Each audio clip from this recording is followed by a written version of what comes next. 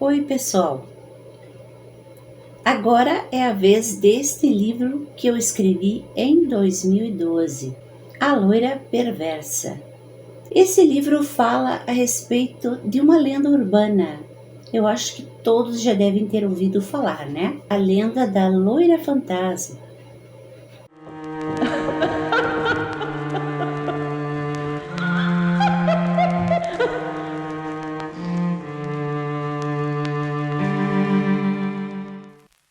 A Loira Perversa, uma adaptação infanto-juvenil da Loira Fantasma de Curitiba. Pois bem, mas quem foi essa senhora assombração tão comentada aqui na capital paranaense? Foi um fato real? Uma lenda urbana? Uma história aterrorizante? Podemos dizer que foi tudo isso e mais um pouco. A Loira Fantasma de Curitiba é uma das lendas urbanas mais enigmáticas e persistentes aqui da capital, surgida em 1975 e que continua capturando a imaginação popular, até os dias de hoje. Essa figura assombrada e assombrosa, descrita como uma mulher loira que desaparece misteriosamente dos táxis e aterroriza os motoristas, emergiu num período de grande tensão social e foi amplamente divulgada pela mídia local, inclusive, contribuindo para seu status quase mítico. O ponto de partida dessa lenda foi uma manchete no jornal Tribuna do Paraná, datada de 21 de maio de 1975, que relatava a experiência aterrorizante de um taxista. Ele teria pego uma passageira, uma moça loira, na Praça Tiradentes, que é a praça principal aqui da cidade, com destino ao cemitério do Abranches. Ao chegar ao destino, o motorista notou que a moça havia desaparecido do carro, sem deixar nenhum vestígio. E assim começou essa onda de relatos e avistamentos que sacudiram Curitiba, na época. Eu era muito criança por esses tempos, obviamente, mas eu ainda lembro assim com certo saudosismo, da minha infância, quando essas histórias fabulosas, fantasmagóricas, eram contadas. Eu ficava com os ouvidos em pé, ouvindo os adultos que falavam, assustados inclusive, sobre a famosa loira que aparecia para os taxistas. Os adultos pareciam que acreditavam mesmo em tudo aquilo. E eu, naturalmente, curiosa como toda criança, eu queria saber cada detalhe da história macabra. E eu não tinha medo.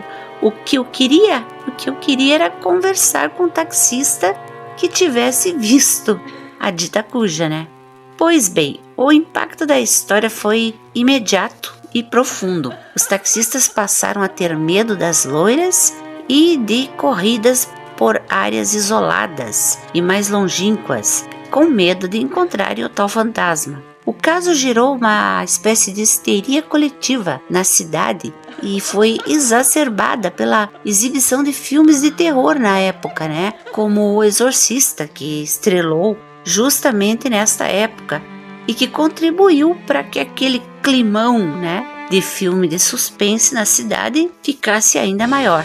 Pelo que diz ainda hoje o jornal Tribuna do Paraná, o pânico se espalhou, afetando até a frequência nas escolas e a vida noturna da cidade. A lenda da Loira Fantasma foi muito explorada pela mídia sensacionalista. Publicações como Notícias Populares exageraram os relatos, incluindo histórias de motoristas estrangulados e aparições em bailes, em festas, aumentando ainda mais o medo e a curiosidade do público. Em um caso famoso, alguns policiais teriam disparado contra a aparição, que teria desaparecido, sumido no ar, dando uma gargalhada sinistra. Imaginem a cena. Desse caso eu até me lembro, pois uma prima minha, 2 anos mais velha que eu, ela contou que o seu tio, que na época era policial civil, foi um dos policiais que atiraram no fantasma. Até entre as crianças, a história fazia sucesso. Então, a história da loira fantasma não se limitou ao período dos anos 70. Ela foi revisitada e reinventada diversas vezes ao longo dos anos. Em 2020, durante a pandemia, a lenda ressurgiu nas redes sociais e apareceu uma graphic novel intitulada Fantasmogênese, Em Busca da Loira Fantasma. Essa obra foi baseada nas notícias e nos relatos da época e explorou outras nuances da história, incorporando elementos de investigação jornalística e parapsicologia. Além das publicações impressas, a Loira Fantasma também foi tema de muitas adaptações culturais, incluindo filmes, peças de teatro, livros e vídeos. Essa perpetuação em várias mídias mostra como a lenda transcendeu a sua origem local para se tornar um fenômeno cultural mais amplo, refletindo medos e fascínios universais, É claro que eu também escrevi o meu livro, O Infanto Juvenil, que está hoje no formato e-book Kindle, na Amazon e também impresso no Clube de Autores. E se tiver aqui algum patrocinador, que queira transformar essa minha obra em um livro que possa ter um alcance maior, ir para as grandes livrarias do Brasil, é só entrar em contato comigo. Modéstia à parte, a história que eu adaptei ficou muito legal. Eu tive vários leitores que fizeram resenha e porque também ela mistura partes da lenda urbana de Curitiba com a tradição mundial dos Ghost Hunters ou caça-fantasmas. A história gira em torno da adolescente Inaya, que ficou conhecendo a lenda da loira. E por um acaso ou por um azar mesmo, Inaya acabará trazendo de volta a assombração, que às vezes surge nos banheiros das escolas, às vezes nos táxis e em outros veículos de transporte. E o jovem de origem japonesa, Kensuke, que é um caçador de monstros ou um caça-fantasmas, será a esperança de Inaya e dos seus amigos para exorcizar aquela criatura. Bem, eu vou deixar no comentário fixado os links para quem quiser adquirir o livro, ou ler o e-book. É um livro com capa muito bonita, desenhada pela Patty Kovacs e com uma diagramação bacana.